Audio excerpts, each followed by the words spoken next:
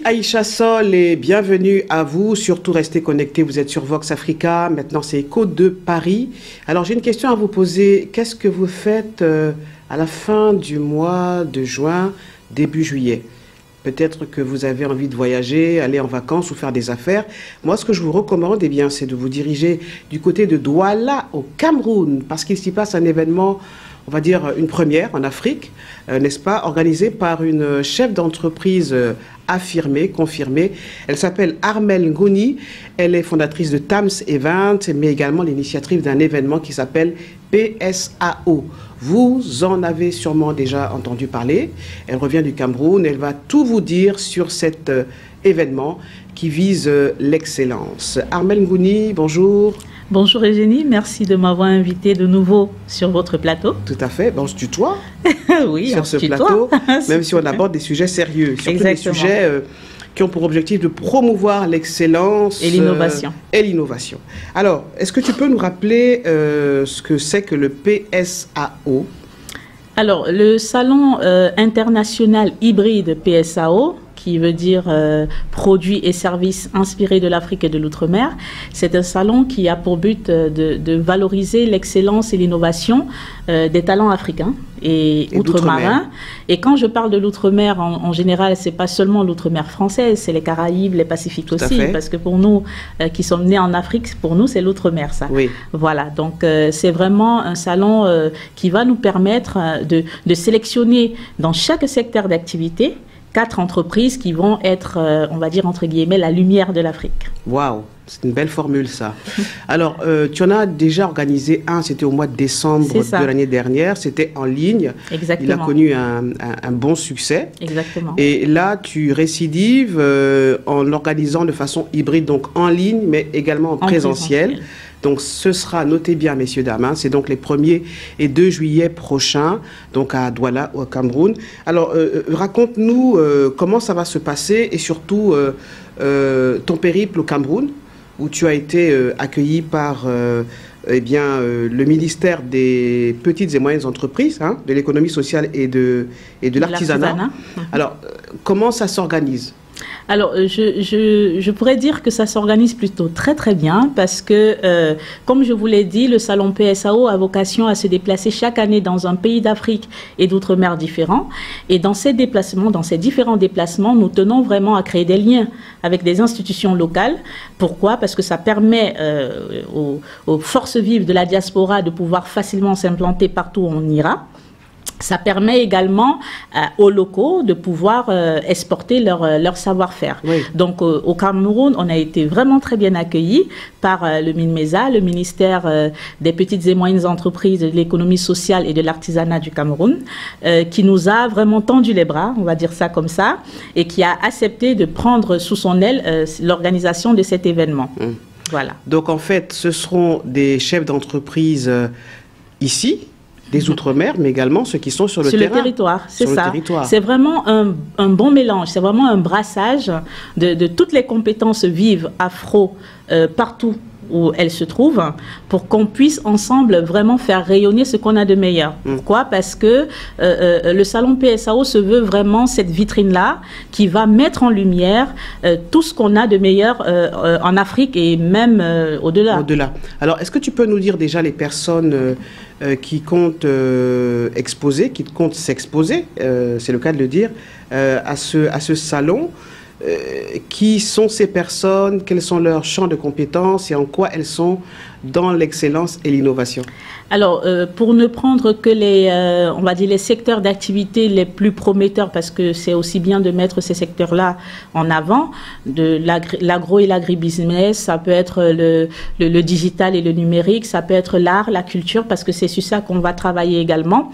On a des entreprises, on a fait le tour, c'est-à-dire qu'on a voulu cibler 3 catégories d'entreprises ou bien de promoteurs. notamment les entreprises qui ont déjà, on va dire, un certain pouvoir d'achat et qui ont juste besoin de pouvoir avoir une certaine visibilité à l'international. Ça, c'est notre première cible. La deuxième cible, ça sera vraiment les très petites entreprises qui n'ont pas forcément pignon sur rue, on va dire ça comme ça, mais qui font des produits d'exception qu'on va mettre en lumière.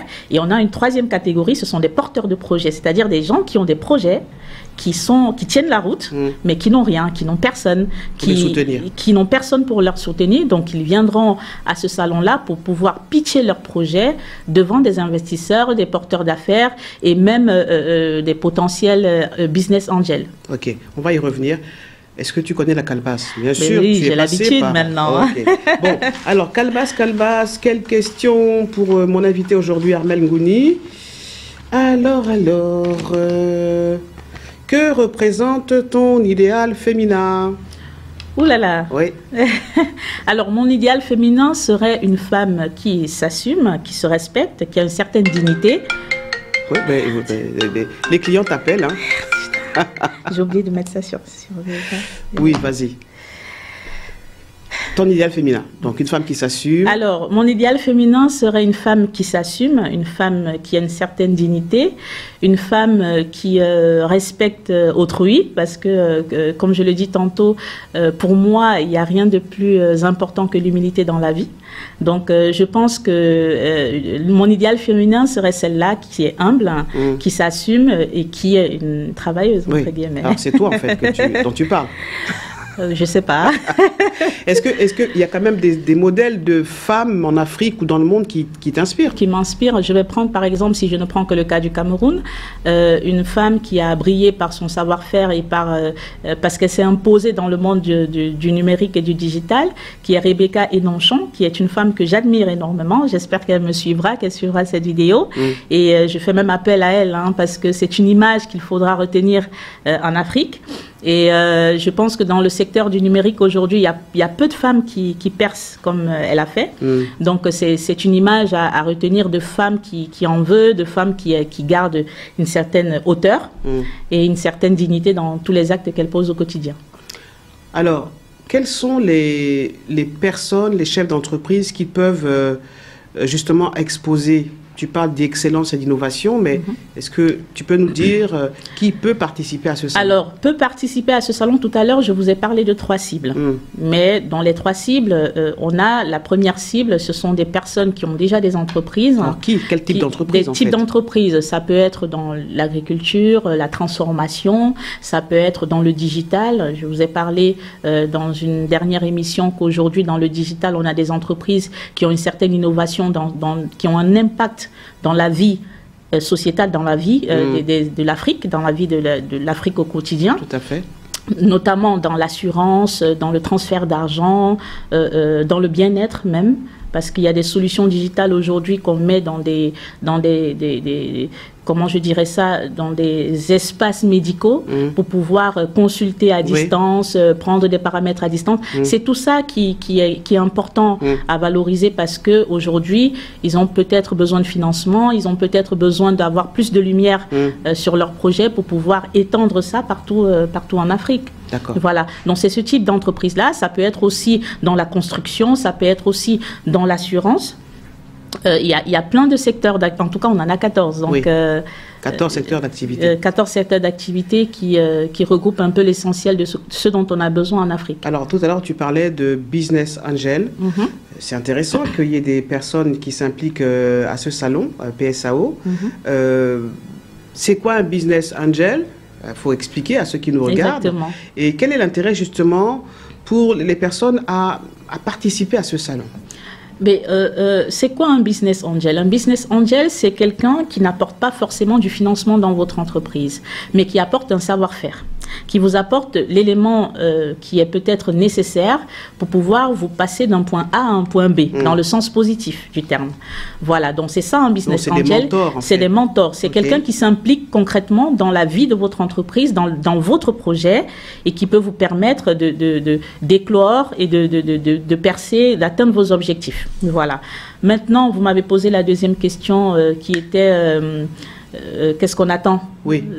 Quel est l'intérêt? Quel est l'intérêt de qu'est-ce que les gens attendent? Qu'est-ce que les gens attendent justement? Voilà, l'intérêt de participer, c'est que dans ces 2 jours d'exposition, vous aurez des conférences qualifiantes avec des personnes qui ont prouvé par leur savoir-faire, qui vont apporter de leur savoir-faire pour qu'on puisse vraiment aider ceux qui en ont besoin. Il y aura des formations, il y aura des ateliers pendant ces 2 jours.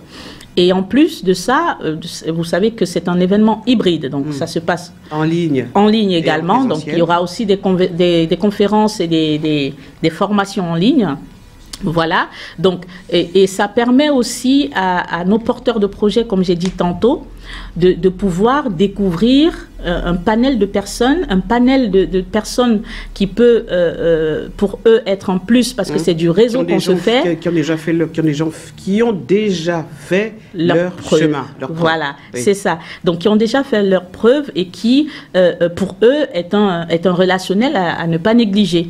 Voilà. Et aussi le fait que pour cette édition-là, nous avons décidé d'inclure les groupements locaux, c'est-à-dire des groupements qui s'occupent vraiment des très petites entreprises et des PME telles que le JPEG, telles que PME Afrique centrale, telles que le FOFE. Ce sont des groupements qui vont exposer, mais en groupement, avec des entreprises, en fait, des stands de 10 entreprises, pour pouvoir aussi ne pas négliger ces très petites entreprises qui font des produits et qui ont besoin d'un petit peu de visibilité. Alors justement, tu parles de petites entreprises et tu parlais de ces business angels qui amènent du savoir-faire.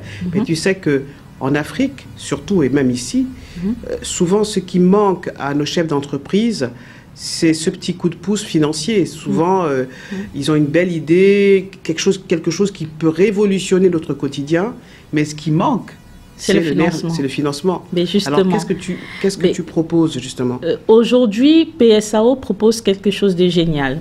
Parce que je tiens juste à rappeler que l'année dernière, pour notre première édition, nous avons signé un contrat de levée de fonds de 225 000 € pour une entreprise, une petite start-up camerounaise qui s'appelle FF Milana. Donc, notre objectif, c'est qu'au fil des années, que nous puissions en faire autant.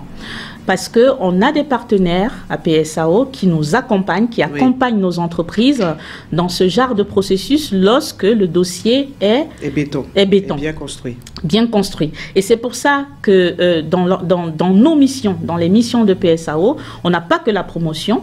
On a un accompagnement de tout dans le rehaussement des standards commerciaux. C'est vraiment notre cœur de métier également. Et on a la partie réseau, parce que vous savez qu'on peut être accompagné, mais c'est notre réseau qui fait en fait notre tissu économique. Voilà, donc c'est pour ça que j'appelle vraiment tous ceux qui ont des bons projets, qui estiment que leurs projets peuvent avoir une certaine valeur pour pouvoir être financés, de se rapprocher du salon PSAO pour pouvoir pitcher leurs projets devant des potentiels investisseurs et partenaires. Alors, est-ce qu'il y a un contact pour ceux et celles qui nous regardent actuellement et qui se disent « Waouh, c'est génial, je suis en France, je suis au Sénégal, je suis en Mauritanie, je suis en Guyane, ce serait bien justement d'aller faire un tour du côté de Douala les 1er et 2 juillet. Est-ce qu'il y a un contact? Oui, il y a un contact. Vous pouvez nous contacter via notre adresse email psao@tamseven.com ou alors sur notre site internet www.salonpsao.com. Et je tiens à rappeler que pour tous ceux qui ne peuvent pas se déplacer pour le Cameroun à Douala, il y a la version digitale. Donc, il y a la version digitale et ça a prouvé l'année dernière, on a vu le succès que ça a eu. La version digitale permet à tout le monde de pouvoir exposer. Voilà. Alors, il y a quand même un avantage à être présent parce que... Oui, forcément. Il y aura... on est sur place, on profite de ce beau pays qu'est le Cameroun, notamment Douala. Mais aussi, il y a des événements sur place. Il y a des événements, il y a des animations. Et à la fin des 2 jours, c'est-à-dire le samedi au soir, nous avons une soirée de gala de remise de récompenses. Parce que l'objectif du salon aussi, c'est de pouvoir primer ceux qui ont brillé par leur excellence.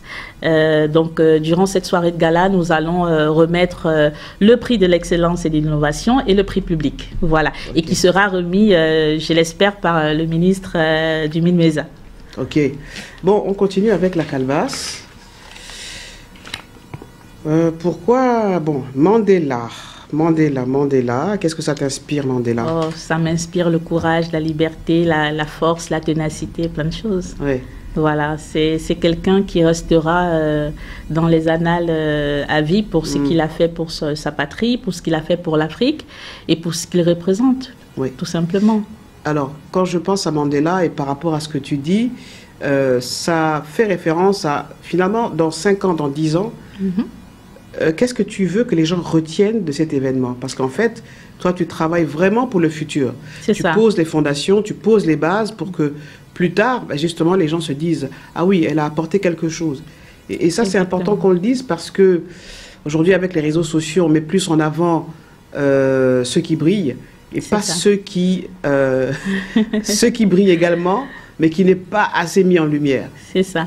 Mais ce que je veux qu'on retienne dans 10 ans, c'est que PSAO aura été et sera d'ailleurs, j'espère que ça restera, parce que je vous ai dit, on doit faire le tour de l'Afrique. Vous savez, l'Afrique, le Pacifique, il y a au moins 70 à 80 régions à visiter. Oui. Donc, ce que je veux qu'on retienne de PSAO dans 10 ans, c'est que c'est un salon qui a valorisé l'excellence et l'innovation des talents africains partout en Afrique et qui permettra aux yeux du monde entier de savoir ce que fait l'Africain et ce qu'est capable de faire l'Africain. Oui.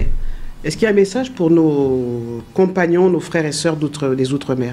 Oui, justement, je vous ai dit, les Outre-mer dans PSAO, c'est les Outre-mer françaises, c'est les Pacifiques, c'est les Caraïbes. Vraiment, on ne peut pas se passer de ces régions-là parce que c'est notre identité. Elle est peut-être lointaine, mais c'est notre identité. Donc, je fais appel à tous ces gens-là de nous rejoindre dans cet événement, dans cette aventure, parce que c'est vraiment cette aventure qui va, je l'espère en tout cas, faire ressortir ce qu'il y a de meilleur en nous, en tout cas, faire ressortir aux yeux du monde entier qu'on peut faire des choses et qu'on fait des choses déjà, parce qu'il faut savoir qu'on fait des choses, même si on n'est pas dans la lumière. Il y a des choses qui se font. Alors, le Cameroun est réputé pour être quand même le pays des lions indomptables. Et, oui. Est-ce que tu aurais des conseils, des recettes qui pourraient expliquer cette ingéniosité, ce qui caractérise le Camerounais, c'est cette envie de se battre en permanence. C'est dans votre ADN. Je pense que ça vient d'où, en fait, ça? Mais je pense que c'est aussi culturel. Vous savez, le Cameroun, c'est l'un des pays d'Afrique qui n'a pas été colonisé. Donc, on pense toujours qu'on a été colonisé, mais non, on était sous tutelle. Donc, et c'est un pays qui s'est battu vraiment férocement. Donc, je pense que c'est dans notre ADN. Et je pense que c'est aussi culturel. Hein, même c'est culturel, ça se transmet de génération en génération. Cet esprit de la gagne, cet esprit de la niaque, de ne jamais abandonner, de se donner du courage à chaque fois qu'on retombe. Donc, et c'est ça il faudrait transmettre à tous ceux qui nous suivent dans cette aventure. Ok. Une autre question? Une autre question. Oh, j'aime bien la question. La place de l'homme, c'est où? Il paraît que la place de la femme, c'est Allah. Je ne vais pas citer le nom. Mais la place de l'homme est où? La place de l'homme, c'est dans le cœur de la femme. La place de l'homme, c'est dans le cœur de la femme. Vous avez entendu? Oui, c'est une très belle image. Ouais. Alors, Armelle Ngouni, je rappelle que tu es là pour nous parler donc de ce PSAO, le salon PSAO, qui va se tenir, notez la date, hein, messieurs, dames, les 1er et 2 juillet prochains, ça se passe à Douala, au Cameroun. C'est à l'hôtel Best Western. Est-ce que tu as peut-être des choses à redire, à répéter au dernier, parce qu'il y a toujours des gens qui se disent waouh, waouh, waouh. Enfin, ça, c'est africain aussi. Hein. Oh, oui, c'est on voit quelque chose arriver et puis on se dit ça peut attendre, ça peut attendre. Et puis, 1 ou 2 jours avant, c'est là qu'on décide de prendre son avion. Je sais un peu comment fonctionnent les personnes, les chefs d'entreprise qui sont hyper tiraillés, hyper occupés. Qu'est-ce que tu as envie de dire justement à ceux qui hésiteraient peut-être, qui se diraient ah tiens, peut-être être embêtés par le coût de la location du stand, le coût du voyage, peut-être expliquer ça en fait. Mais justement, nous avons mis tout à disposition pour diminuer un certain nombre de coûts, notamment le coût de l'hébergement, le coût du transport. Je vais demander à tous ceux qui souhaitent vraiment y participer de se rapprocher de nous pour prendre des informations précises parce qu'on a déjà pris des points de logement pour très moins cher pour ceux qui veulent vraiment du moins cher et haut de gamme pour ceux qui veulent du haut de gamme. Un mot peut-être sur les tarifs, les différents tarifs, que ce soit en ligne et en présentiel. Alors, en présentiel, le tarif du stand le plus bas, il est à 650 € hors taxe. Okay. Et en virtuel, pardon, le tarif est à 350 € hors taxe. D'accord. Alors, il faudra faire la conversion en francs CFA. En francs CFA, voilà.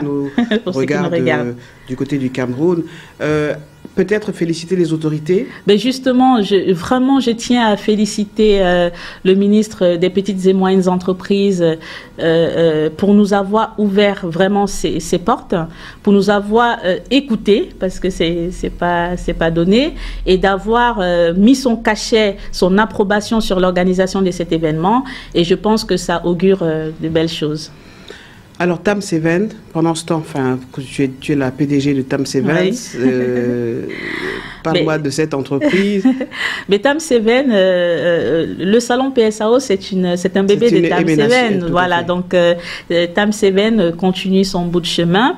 Et aujourd'hui, je peux vous dire que Tam Seven s'étend déjà en Afrique. Voilà. Quand on a démarré comme toi, quand on a fait le parcours que tu as fait, c'est un parcours assez atypique. Hein. Tu as quitté le Cameroun, oui. Et puis il a fallu tout recommencer. À zéro, et donc tu n'as pas hésité à tout recommencer à zéro.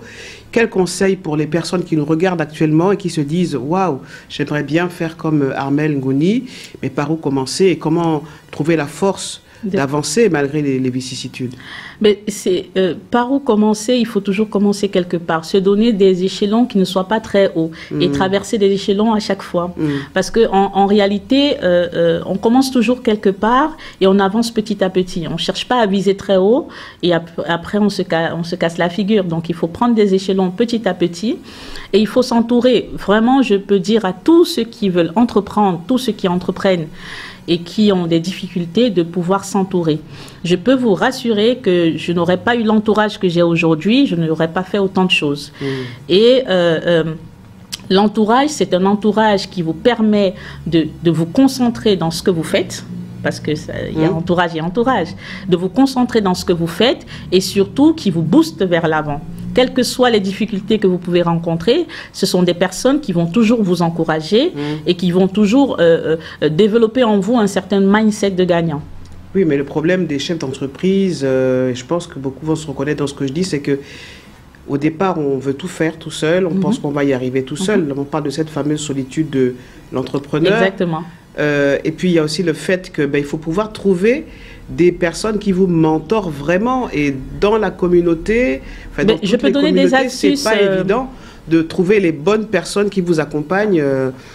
Exactement. Moi, je peux donner des astuces qui sont très pertinentes, j'espère en tout cas.